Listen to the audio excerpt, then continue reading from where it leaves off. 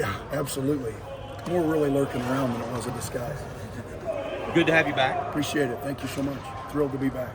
We got Josh Harris standing by. Yeah, I'll try to hurry. Him and the way he's developed. Yeah, I'll try to hurry so Josh can get up here. Josh has been a great addition to our group. It's great to have his maturity. It's great to have his approach. He's taken a pro approach to everything that we've done. Football makes great sense to Josh, so it doesn't take a lot of extra time. He gets it. I can show it to him on the board, and he gets it. I can show it to him on film, and he gets it. I don't have to hit every level of teaching with Josh because football makes great sense to him. The best part about Josh is the person. To have another mature, grown man in the room has made a difference with all of our guys, and I think he would agree that he's made a great decision, and we couldn't be happier that he's here.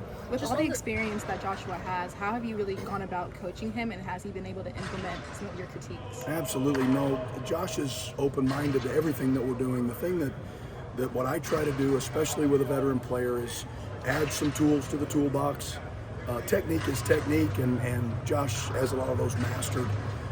But little things that I can add from a leverage standpoint or from a hand target standpoint, or even the pass rush stuff, even though it's not a high priority with our nose tackles, even the little things in pass rush, those are the things that I'm really working with Josh on.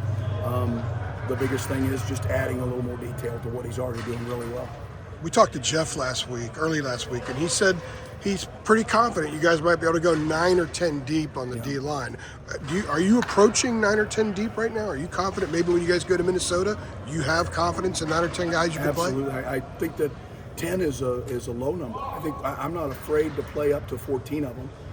There's 14 of them that are prepared to play. That's 3 deep plus a couple guys with some position flexibility.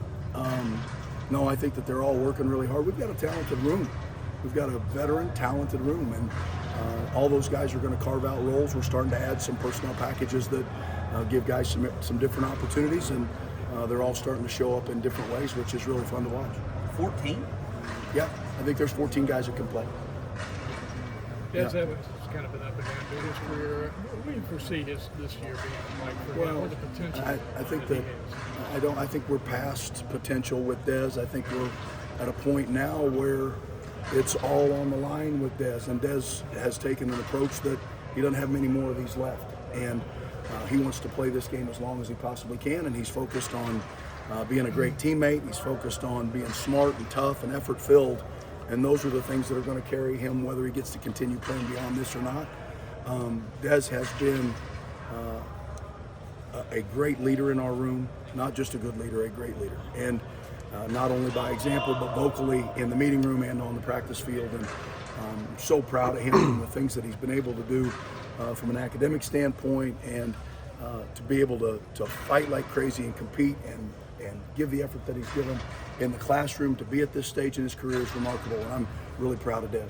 Ted, just along the lines of Dez, when you took the D-line job, I mean, I know there's a million different things you have to do, responsibilities, but is trying to unlock Dez, was that one of the goals for you personally? Well, yeah, you hate to have a big talented football player that's, by a lot of opinion, is underachieving. So what we did is we tried to take some of the rocks out of Dez's pocket and let him play fast. We try not to weigh him down with a bunch of things that he doesn't need. Yeah, there's a lot of things involved. We've got a lot of defense. But if we can simplify it and tell him where his leverage is and where his eyes belong, I think we can get a lot done. Dez has been way into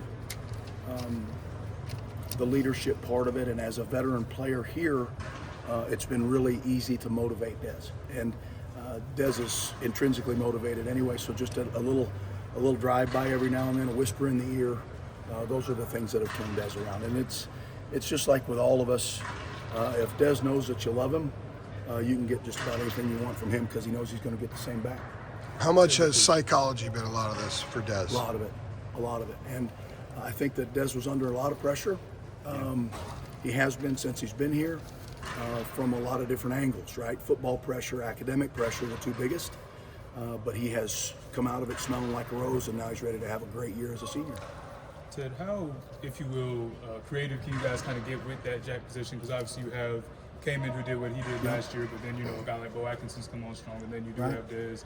How many of those guys do you kind of feel like, at any given moment you can kind of slot in there? Yeah, we're getting to the point where there's more and more defensive end stuff with both guys. We do some things with our rush backers that the ends don't necessarily do, but there's a lot more stuff where they're both doing similar things, which is huge. And when that happens, now guys can start to cross-train and build some position flexibility. And it's not just Dez and Bo and Ruck. It's Tyler Thompson and Jabron Harvey and Malachi Hamrick and the two young guys, Daniel and Curtis. We got guys that can play, and we got to find roles for them. We don't know if Curtis Simpson might be Bruce Irvin at some point, right? And we got to find out if he can be, and if he can be, we got to continue to work that.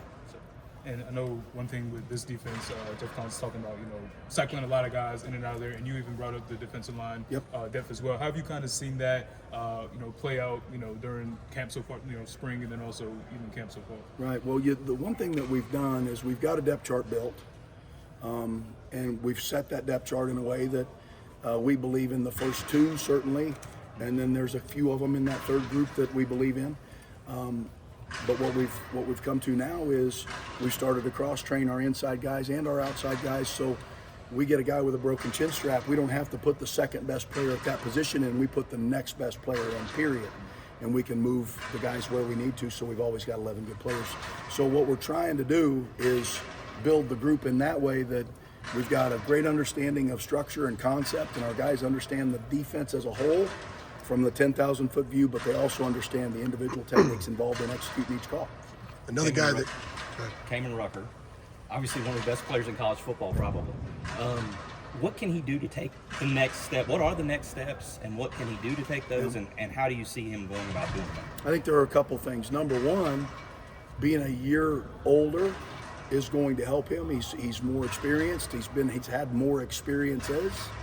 I think that's huge for him. I think the other thing is what we said about those two edge guys anyway. We're trying to take some of the weight off them mentally and let them go wreck the game, and that's right up Cayman's alley. And the more we can get him doing that going forward, the better. But we also know that he's a valuable member of our coverage units, and those are things that he can play a lot of different things. So I think that's where you'll see the biggest leap from him, is he's going to be a good player on all three downs, regardless of the situation or the call. Another guy that came in with a huge reputation is Travis Shaw. Where is he right now in his process? Travis is grinding away like crazy. He's made a quantum leap with his body over the last 3 months.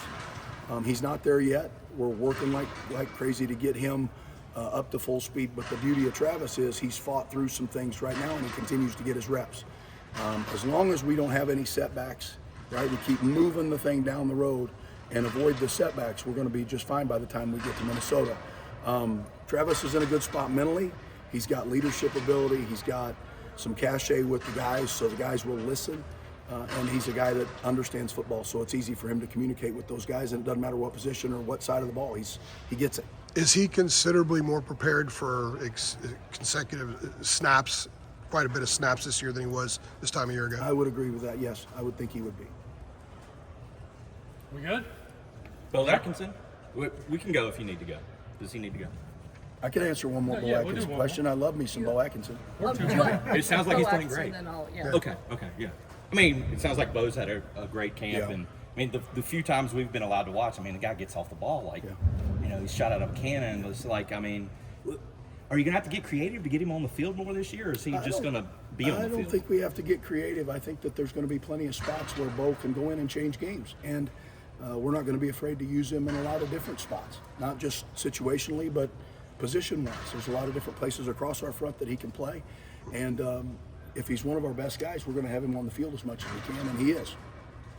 And then briefly just on Josh Harris, talked about the maturity, but in terms of urgency, this being his last year, what have you seen there? The urgency's there. I would, knowing Josh and knowing his character at this point, I would doubt that that's ever been an issue with Josh just because of his character.